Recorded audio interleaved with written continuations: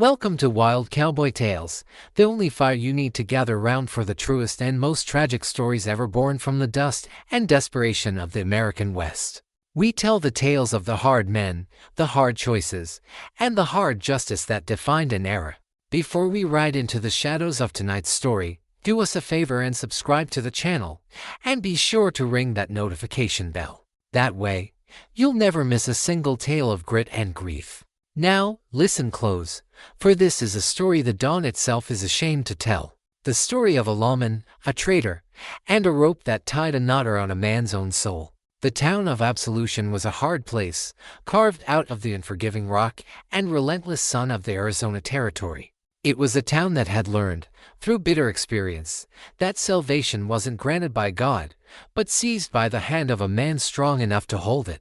For the last 10 years, that man had been Marshal Jedediah Kane. Kane was not a man of gentle words or easy smiles. He was a man forged from the same hard rock as the town itself, his face a landscape of grim lines, his eyes the color of a stormy sky. He had dragged Absolution, kicking and screaming, from the chaos of a lawless outpost into a bastion of order. His justice was swift, simple, and as unyielding as the gallows he had built in the center of the town square with his own 2 hands. He was feared, he was respected, and he was the town's iron shield against the wolves that prowled the surrounding badlands. The greatest of these threats was the Blackwater Gang, a pack of cutthroats led by a man named Silas Thorne, a villain whose cruelty was matched only by his cunning. For months, Thorne's gang had been a plague on the region, their raids growing bolder, their violence more brazen. But they had never managed to break through Kane's defenses to strike at Absolution itself. Thorne was smart, but Kane was smarter. Until now. The raid had come in the dead of night, a week before. It was not a frontal assault, but a surgical strike of terrifying precision. The Blackwater Gang had known exactly where to hit, not the bank, which was heavily guarded, but the new assay office, where a massive shipment of silver from the local mines was being held before its transport. They had known the guard schedules, the location of the spare keys, and the one weak spot in the office's rear wall. They were in and out in less than 20 minutes, leaving behind 2 dead guards and an empty vault. The raid was a devastating blow to the town's morale and its economy, but for Jedediah Kane, it was something far worse. It was a personal and professional humiliation. Thorne had not just outfought him, he had outthought him. And there was only one way that was possible. A traitor. Kane's voice was a low, dangerous growl. He stood in the ransacked assay office, his small council of town elders and his deputy, a young, earnest man named Ben, gathered around him. Thorne had help. Someone on the inside. Someone who fed him every detail of our defenses. The thought of a traitor in Absolution, the town he had bled for, was a poison in his gut.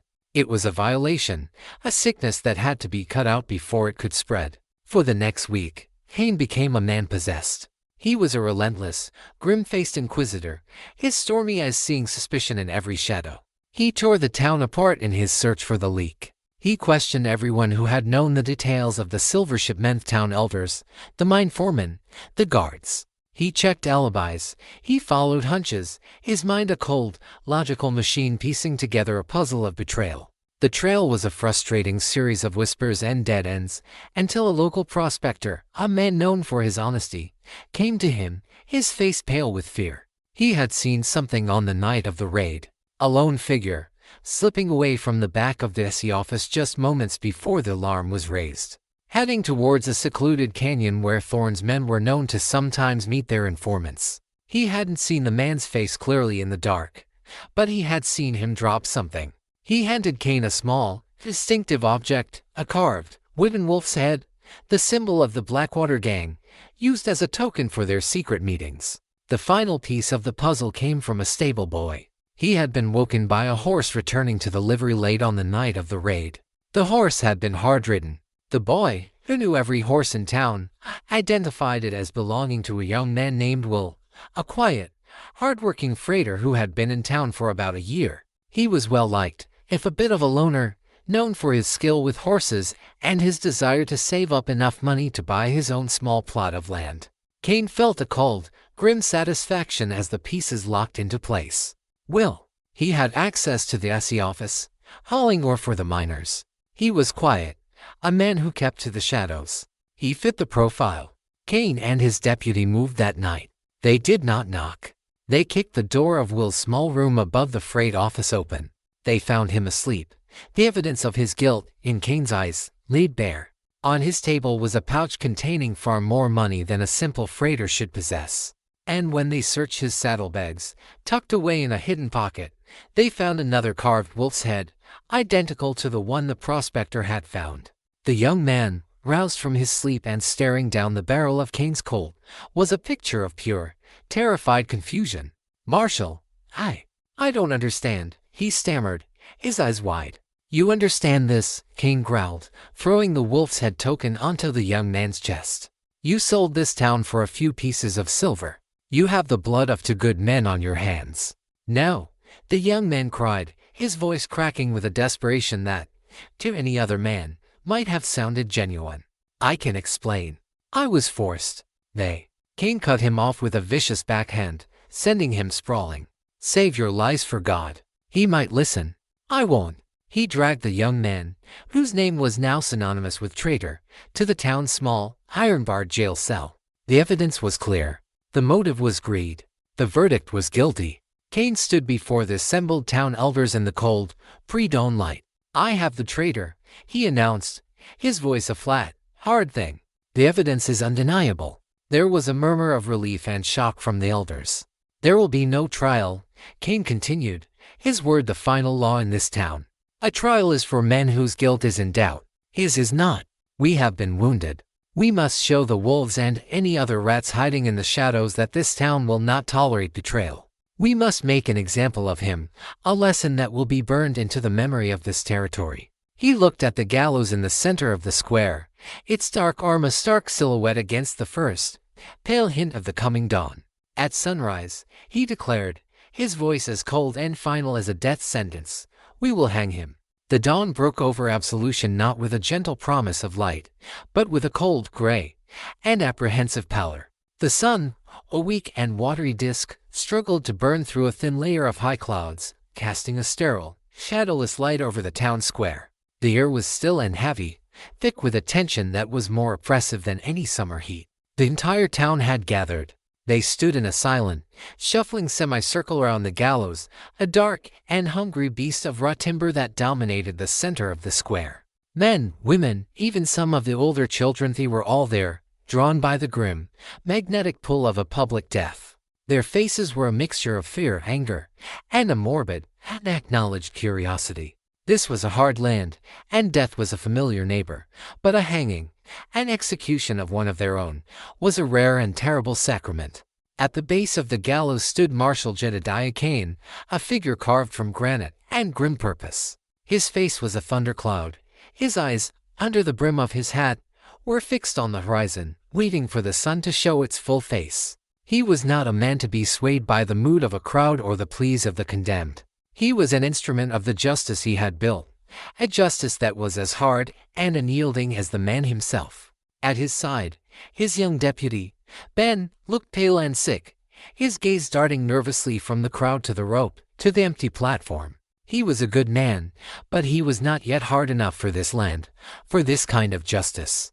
When the top edge of the sun finally cleared the distant mountains, Kane gave a single, sharp nod. The door to the marshal's office opened, and the traitor was brought out. There were 2 guards at his side, but they were barely needed. The prisoner was a young man, his hands bound tightly behind his back, his steps a slow, shuffling shamble of a man already dead. His head was bowed, and a rough, burlap hood had been placed over his head, obscuring his features, rendering him an anonymous, faceless symbol of betrayal. The crowd murmured, a low, animal sound of anticipation and dread. The prisoner did not speak. He did not struggle.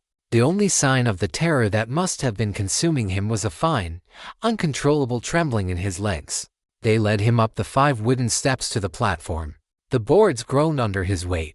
The hangman, a grim, silent man from a neighboring town, hired for the occasion, was waiting. He placed the thick, coarse noose over the prisoner's hooded head, cinching it tight. The rope creaked, a sound that seemed to cut through the very soul of every person watching. Kane stepped forward, to the edge of the platform. He stood over the condemned man, his voice a cold, hard hammer blow in the silence. "This man," he began, his voice ringing out across the square, "is a traitor. He sold the safety of this town for a handful of silver. He conspired with the Blackwater gang. Because of him, 2 good men are dead. Because of him, our town was violated." He paused, letting his gaze sweep across the faces of the crowd, his eyes burning with a cold, righteous fire. "Let this be a lesson. There is no place for traitors in absolution. There is no mercy for those who consort with our enemies. The law in this town is simple, and it is absolute." He turned to the condemned man, who was shaking violently now, his muffled, terrified breathing the only sound he made. Cain felt nothing.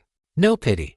No remorse. This was a necessary surgery, a cancer being cut from the body of his town. He looked at the hangman. He looked at the sun, now a brilliant, blinding sliver on the horizon. The bloody dawn had arrived. He raised his hand. The crowd held its collective breath. The world seemed to stop. "Do it." Cain's voice was a flat, dead command. The hangman, his face impassive, threw his weight against the heavy wooden lever. The sound of the trapdoor springing was a brutal, percussive crack that made half the crowd flinch. The prisoner dropped, his body plunging through the opening with a sudden, sickening jolt. The rope snapped taut. There was a horrible, strangled, jerking sound, and then silence. The body convulsed once, twice, a grotesque, marionette's dance at the end of the rope. And then it hung limp, swinging slightly in the cool morning breeze. The sun was fully risen now, its light washing over the square, illuminating the terrible tableau. Justice, in its most final and brutal form, had been done. The body hung from the gallows, a grim pendulum marking the passage of time. The crowd, having borne witness to the brutal finality of Cain's justice, began to disperse in a low, murmuring wave. They went back to their homes and businesses, the image of the hanging seared into their minds, the marshal's lesson learned. They were safe again, but the price of that safety was a new, cold knot of fear in their hearts. Cain remained on the platform, watching the body swing. He felt a grim, hollow satisfaction. The sickness had been purged. The message had been sent. He had done what needed to be done. He turned to leave, his duty fulfilled, when his deputy, Ben, who had been standing at the base of the gallows, his face the color of ash, spoke. "Marshal." Ben's voice was a strained, shaky whisper. "His hand." Cain stopped, annoyed by the young man's lack of fortitude. "What about his hand, deputy?" "The ring," Ben said, pointing a trembling finger at the dead man's left hand. Cain's gaze followed. The prisoner's hand, which had been hidden by his body's position, had swung into view. On the third finger was a simple, thick, silver ring, a common enough design. But this one had a small, crudely carved image etched into its face, a lone pine tree on a cliff. The world seemed to lurch for a moment. Cain's blood ran cold. He knew that ring. He had seen it before. A lifetime ago, it felt like. He had a brother, a much younger brother named Ethan, who had run away from home as a restless, angry teenager, years before Cain had become a lawman. Ethan had been a dreamer, a carver of wood. He had made to such rings, identical, from a melted-down silver dollar. He had given one to Jedediah, a parting gift, a promise to stay in touch that he had never kept. Cain still wore his, a leather thong around his neck, hidden beneath his shirt. He reached up, his hand trembling slightly, and felt the familiar, cool shape of the ring against his chest. It's just a coincidence," Cain muttered, more to himself than to Ben. The territory was full of men wearing silver rings. It meant nothing.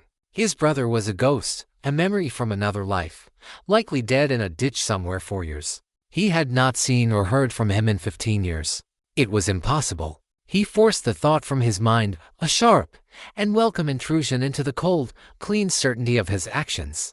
"Cut him down," he ordered Ben, his voice harsher than he intended. "And get that hood off him. Let the people see the face of a traitor." He turned and strode towards his office, refusing to look again. He would not allow a flicker of sentiment, a ghost from his past, to tarnish the necessary justice he had delivered. Ben and the hangman did as they were told. They lowered the body to the ground. Ben, his hands shaking, reached for the rough burlap hood. He hesitated, then pulled it off. A collective gasp went through the few remaining onlookers.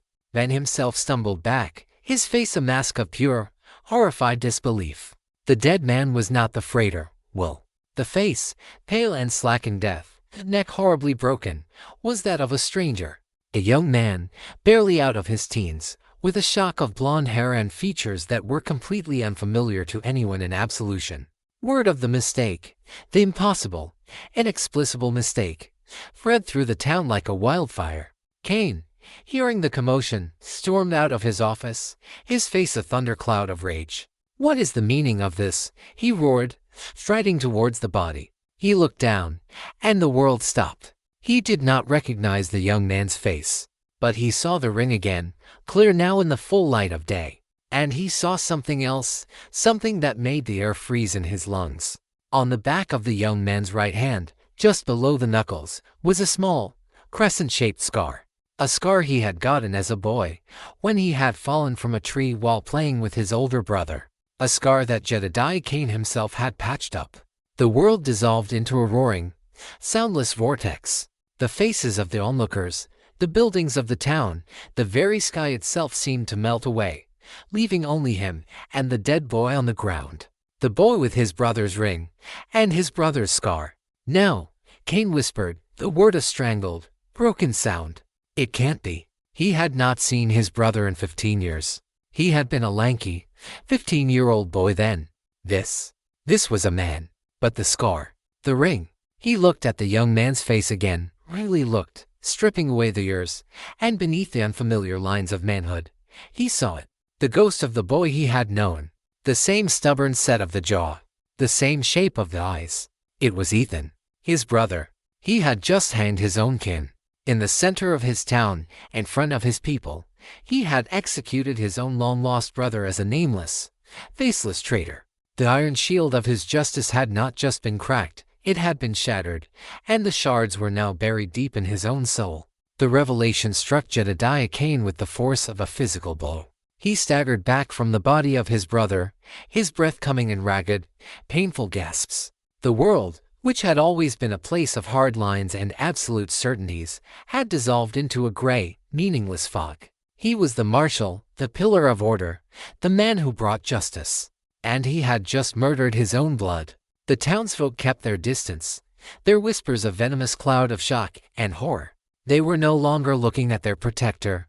They were looking at a man who had committed an act of unspeakable, tragic brutality. Ben, the young deputy, was the first to approach him, his face a mixture of pity and terror. "Marshal," he began, his voice barely a whisper. How is this possible?" "The man we arrested. It was Will, the freighter. I saw him with my own eyes." Kane's mind, numb with a grief so profound it felt like a physical death, struggled to function. He looked at the cell in his office. It was empty. The pieces of the puzzle, which had seemed to fit so perfectly, were now a chaotic, mocking jumble. The truth began to leak out, not in a flood, but in a series of slow, agonizing drips, each one another twist of the knife in Kane's soul. The stable boy, his eyes wide with fear, confessed that he hadn't seen Will's face that night, only his horse. He had assumed it was Will. He was a boy, and he had been afraid to question the marshal. The prospector, when questioned again, admitted that he had only seen a figure in the dark. He had assumed it was the traitor the marshal was looking for. The real, devastating truth came from Doc Adams, the town's physician, and Kane's oldest, and perhaps only, friend. He found Kane in his office, sitting at his desk, staring at the silver ring he had taken from his brother's hand. He looked like a man who had aged 20 years in an hour. "Jedediah," Doc Adams said, his voice gentle but firm. "You need to listen to me. There's something you don't know." He told a story that unraveled the last threads of Kane's sanity. The young man, Ethan, had arrived in town a month ago, not as a drifter, but looking for his brother. He had been quiet, not wanting to cause a stir, asking subtle questions, trying to find the hard, famous marshal who he had heard was his long-lost kin. The freighter, Will, had befriended him. But Will was not the simple, hard-working man he appeared to be. He was the real traitor. He had been feeding information to Silas Thorne for months. When he had learned who Ethan was, he had seen an opportunity. According to Will's landlady, who overheard them arguing, Doc Adams explained, his voice low and pained, "Will was using your brother. He was forcing him to act as a courier, to carry messages. He threatened to expose Ethan as the brother of the town's marshal to Thorne's gang, a death sentence for the boy. And he threatened to tell you, Jedediah, that your own brother was a common drifter, a shame to your name. The boy was trapped. The night of the raid, Will had sent Ethan to the canyon to deliver a final message to Thorne's men, giving him the wolf's head token as a pass. He had given him the pouch of money, telling him it was payment for a freight job, a way to further implicate him. Will had planned it all. He had used Ethan as a decoy, a scapegoat. And when you arrested Will, Doc Adams continued, his face grim. He knew the game was up. He had one last card to play. He had a visitor last night, the new blacksmith. The man has a reputation for being flexible. For a price, he provided Will with a key. Will slipped out, went to the room where your brother was staying, and knocked him unconscious. He swapped places with him in the cell. He put the hood on Ethan himself before the guards arrived. He set your own brother up to take his place on the gallows. The full, monstrous scope of the deception crashed down upon Cain. He had been played. He had been so blinded by his own righteous certainty, so convinced of his own infallibility, that he had not seen the truth right in front of him. He had been a pawn in the traitor's game, and his final move had been to execute his own brother. The laughter of his enemies, which he had always dismissed as the braying of fools, now echoed in his mind. He could almost hear Silas Thorne, somewhere out in the Badlands, roaring with delight at the news. Jedediah Cain's justice is so blind, he hangs his own family. The iron shield was not just shattered, it had been turned back upon him, its shards now a permanent part of his soul. He looked at his hands, the hands that had built the gallows, the hand that had given the final order. They were the hands of a kinslayer. The internal conflict was not a conflict at all. It was a complete and total collapse. He was not a protector. He was not a lawman. He was a murderer, a fool, and the laughingstock of the very criminals he had sworn to destroy. His world of black and white had become an endless and forgiving gray, and he was lost in it, with the ghost of his brother as his only companion. The town of Absolution became a prison of whispers for Jedediah Cain. He could feel the eyes of the townsfolk on his back as he walked the streets, their gazes a mixture of pity and a no-chilling fear. He was no longer the unyielding pillar of their safety. He was a tragic, broken figure, a man haunted by a ghost of his own making. The gallows, which had once been a symbol of his strength, now stood in the center of the square as a monument to his catastrophic failure. He resigned as marshal. He handed his badge to a stunned and reluctant Ben, telling the young man that he could no longer be the arbiter of a justice he no longer believed in. He locked himself in his small, Spartan home, the brothers ring a cold, heavy weight on the table before him, a constant, silent accuser. Sleep offered no escape. His dreams were a relentless torment. He would see Ethan's face, not as the stranger on the gallows, but as the boy he had known, laughing as they fished in the creek behind their childhood home. Then the image would shift, and he would see the hooded figure, the rope, the horrible, final jolt. He would wake up, his own throat tight, the phantom weight of a noose around his neck. The internal conflict was a fire that consumed him from within. The man he had been, marshal, the protector, the man of absolute certainty, was at war with the man he now was, the fool, the murderer, the kinslayer. He had built his entire identity on the foundation of his unbending will and his righteous judgment, and that foundation had been revealed as sand. The laughter of his enemies, which had once been a distant, contemptible noise, was now the soundtrack to his personal hell. He heard it on the wind. He heard it in the quiet of his empty house. He imagined Silas Thorne and the real traitor, Will, sitting around a campfire, telling the story of how they had made the great Jedediah Cain their personal hangman. The thought was a poison that fueled a new, darker fire in the ashes of his soul. His grief was a sharp, clean pain. But this humiliation, this was a festering wound. After 3 days of self-imposed exile, a new resolve began to form. It was not the clean, cold resolve of a lawman seeking justice. It was the ragged, desperate purpose of a man with nothing left to lose. He could not bring his brother back. He could not undo what he had done. He could not erase the shame, but he could answer the laughter. He could silence it. He unearthed the weapons he had put away when he had become a marshal, the tools of a younger, wilder man. Not the standard issue peacekeeper, but a pair of matched, silver-inlaid Colt dragoons, monstrously large and powerful revolvers, and a sawed-off, double-barreled shotgun, a weapon they called a street sweeper, a tool of brutal, close-quarters destruction. He spent an entire night cleaning them, the rhythmic, metallic scrape of the cleaning rod a meditation of sorts. With each stroke, he was stripping away the last vestiges of the lawman and resurrecting the gunslinger he had once been. Ben, the new, terrified marshal, came to him at dawn, having heard the whispers that Cain was preparing to ride out. He found Cain in his stable, saddling his powerful black war horse. "Jedediah, don't," Ben pleaded, his young face etched with worry. "Don't do this. Let me form a posse. We can hunt them down, the right way." Cain didn't look at him. He cinched the saddle tight, his movements sure and final. "There is no right way for me anymore, Ben," he said, his voice a gravelly rasp. "The law is for men who still believe in it. I'm past that now. This is suicide," Ben said. "Thorn's camp is a fortress. You'll be riding in alone."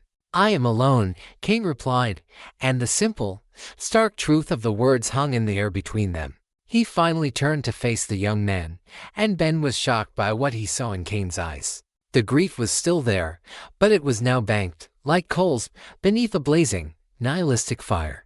It was the look of a man who was not riding to win a fight, but to end one, permanently. He was not just seeking to kill his enemies, he was seeking his own end, a final, bloody absolution at their hands. He mounted his horse, the sawed-off shotgun now resting in a custom-made scabbard on his saddle. "Keep this town safe, Ben," he said. It was not an order, it was a last request. He rode out of absolution without a backward glance. He did not ride as a marshal. He rode as an executioner, a man carrying the weight of a rope around his own neck, heading into the heart of the darkness, not to find justice, but to find a final, violent peace in a shared grave with his enemies. The trail of Silas Thorne and the traitor, Will, was not hard to find. They were arrogant, emboldened by their victory over the great Jedediah Cain, and they made no effort to hide their tracks.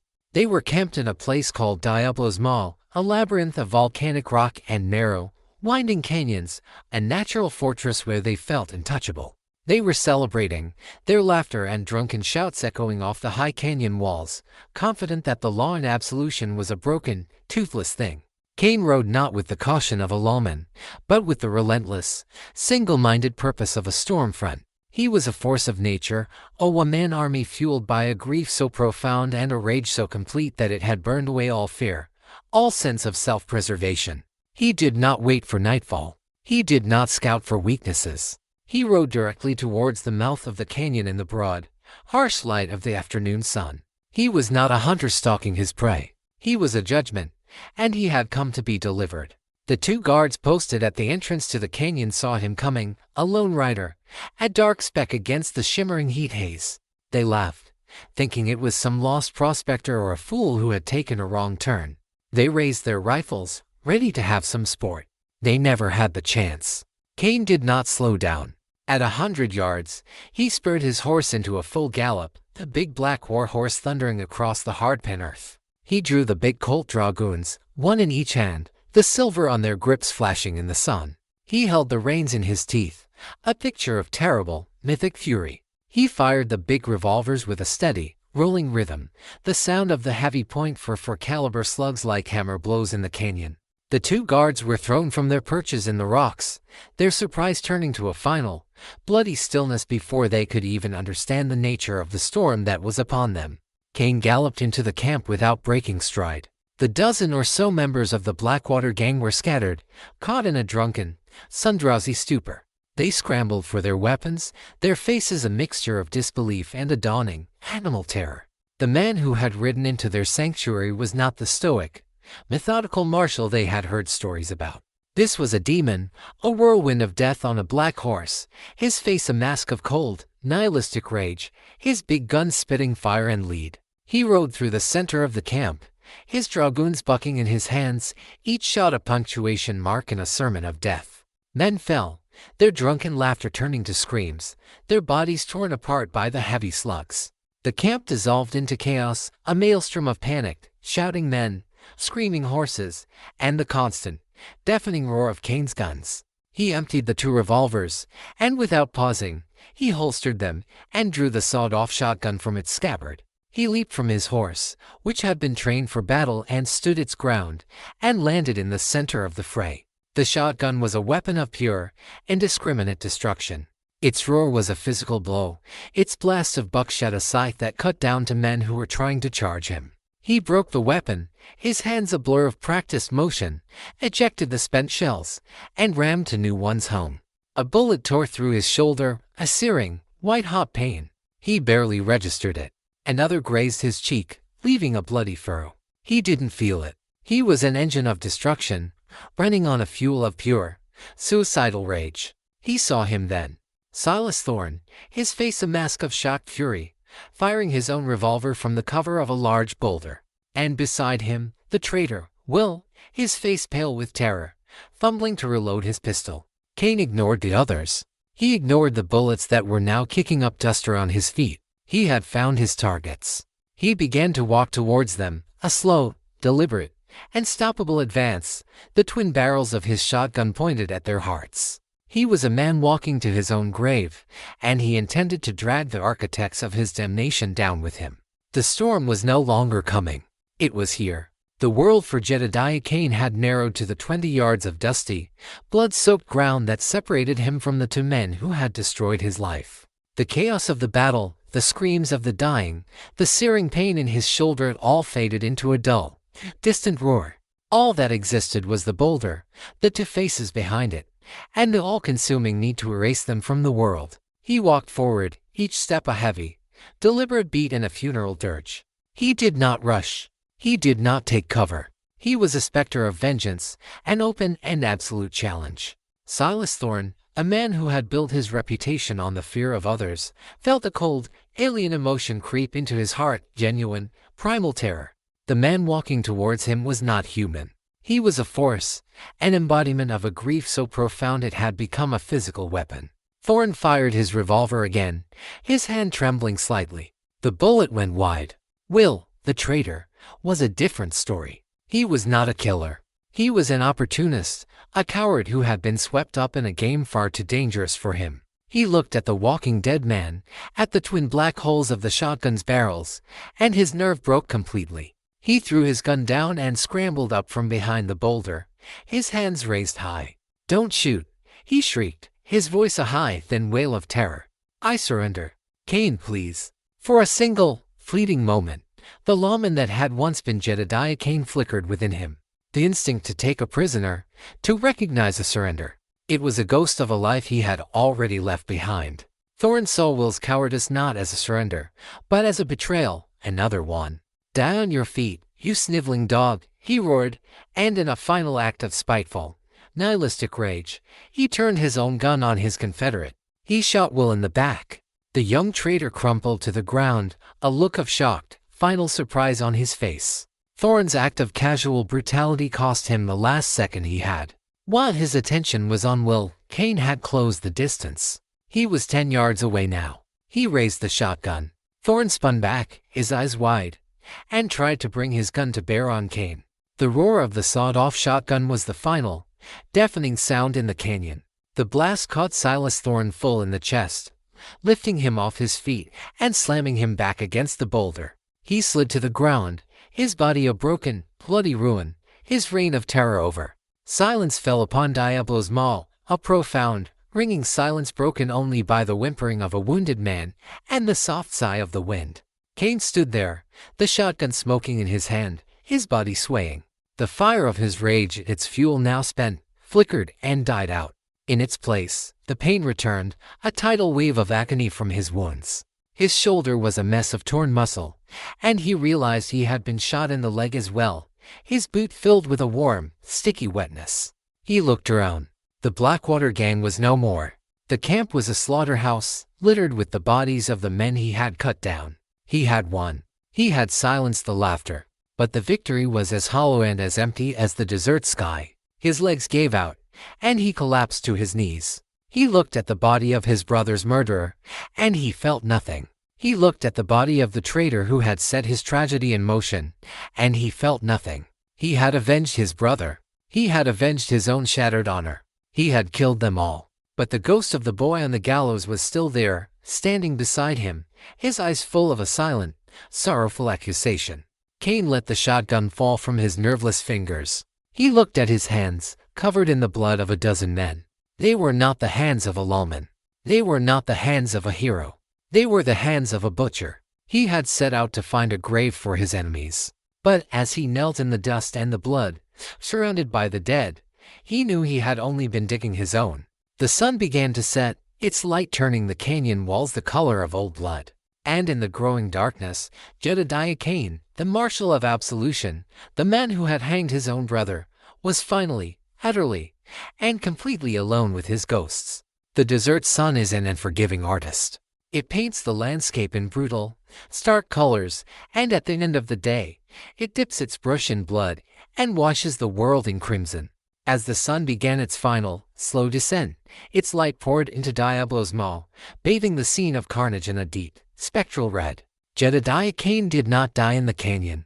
The wounds were grievous, but the same stubborn, iron will that had driven him as a lawman and as an avenger refused to let him go. He patched himself up as best he could, using strips of a dead man's shirt and a bottle of raw whiskey as a disinfectant. The pain was a living, breathing thing, a constant companion, but it was a familiar one.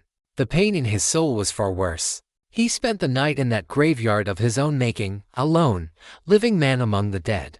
He did not sleep. He sat with his back against the blood-stained boulder, the ghosts of his past swirling around him in the cold desert air. He saw his father's disappointed face, his mother's tears, and always, Athens, both as a boy and as the hooded figure on the gallows. When the first light of a new day broke, he knew what he had to do. There was one final act in his tragedy left to perform. He found his horse, which had been grazing peacefully at the edge of the canyon, oblivious to the human carnage. He was too weak to ride, so he walked, leading the horse, stumbling his way out of Diablo's maw and back towards the long, lonely trail to absolution. It was a journey through hell. Every step was an agony. He ran out of water on the second day, and his world became a shimmering, feverish haze.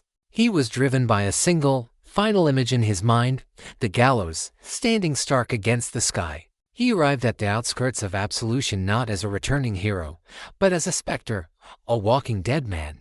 He was caked in dried blood and dust, his face a gaunt, feverish mask, his eyes burning with an unholy light. The first person to see him was a child, who screamed and ran. Soon, the entire town was aware of his return. Then, the new marshal met him at the edge of the town square, his face a mixture of shock and awe. Jedediah. My God, Ben breathed, looking at his wounds, at the haunted, broken man before him. You did it. You're alive. Cain did not seem to hear him.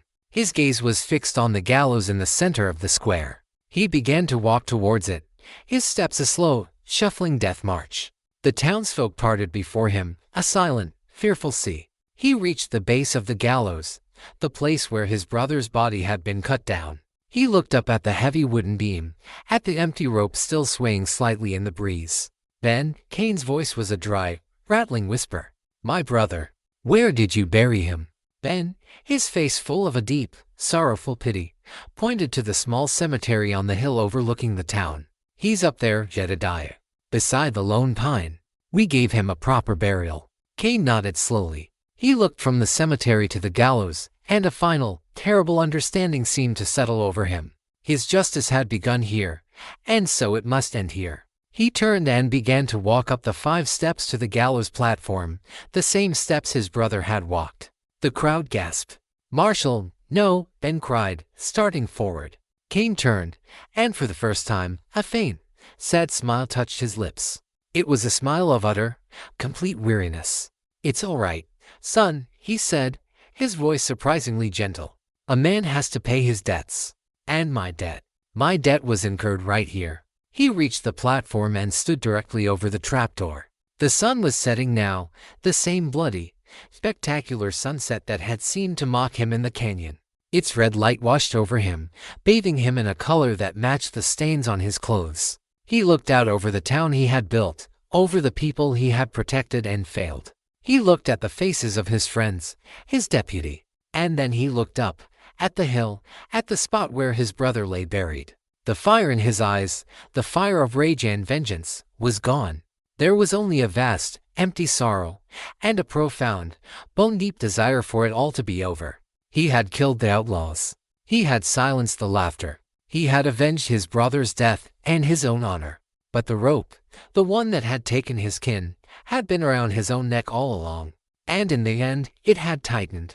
His legs, weakened by his wounds and his long journey, finally gave out. He collapsed onto the platform, his body a broken, defeated heap. He died there, on the gallows he had built, as the last rays of the setting sun painted the sky a deep and forgiving red. He died not as a hero, nor as a villain, but as a man, finally and completely consumed by the terrible, tragic weight of his own justice. The death of Jedediah Cain on the gallows of absolution was not an end, it was a birth. It was the birth of a legend, a cautionary tale that would be told around campfires and in the hushed corners of saloons for generations to come. It was a story of justice and tragedy, of love and betrayal, a story as hard and as unforgiving as the land that had spawned it. The town of Absolution, under the steady, compassionate guidance of Marshal Ben, healed. The gallows were torn down, the dark wood used to build a new schoolhouse, a deliberate act of turning an instrument of death into a symbol of hope. The town prospered, but it never forgot. It carried the memory of the Cain brothers as a part of its very soul. They buried Jedediah on the hill, next to his brother Ethan. Two simple wooden crosses, side by side, under the shade of the lone pine tree. They were united in death as they had never been in life, two sides of the same tragic coin. The legend they left behind was not a simple one. It was a story of two brothers, one who had run from home seeking freedom and had found only a cage, and another who had sought to build a fortress of order, only to find that its walls were a prison for his own heart. They told the story of the traitor, Will, who had played a game of shadows and lies, and had won nothing but a bullet in the back. And they told the story of Silas Thorne, a man who had been consumed by a jealousy so profound that he had destroyed everything he had ever wanted in his quest to possess it. But at the heart of the legend, there was always the image of Jedediah Cain, the Iron Marshal. They spoke of his swift, hard justice, of the way he had single-handedly destroyed the most feared gang in the territory. They spoke of him as a hero, a giant, a man who had become a storm of one to protect his people. But they also spoke of the final, terrible act. They told the story of the bloody dawn, of the hooded figure and the terrible mistake. They told of his final, lonely ride, and of his death, not in a blaze of glory, but in a quiet, heartbreaking surrender on the very stage of his greatest triumph and his most profound failure. And so, the legend of Jedediah Cain became a complex and sorrowful one. He was both the hero and the tragic figure of his own story. He was a testament to the fact that justice, when it is blind and unbending, can become a more terrible weapon than any outlaw's gun. He was a reminder that the line between order and tyranny, between justice and vengeance, is a razor's edge, and that even the strongest of men can lose their balance. The tale of the two brothers became a part of the landscape, a story told to children to teach them about the weight of choices. A story told by old men to remind them that even in a world of black and white, the most dangerous truths are often found in the shades of gray. And they would always end the story the same way, looking out at the sunset, its colors washing over the quiet, peaceful town. They would say that Jedediah Cain had finally found his absolution, not in the law, not in vengeance, but in the final, quiet peace of a shared grave, on a hill overlooking the town he had loved, bled for, and ultimately transcended.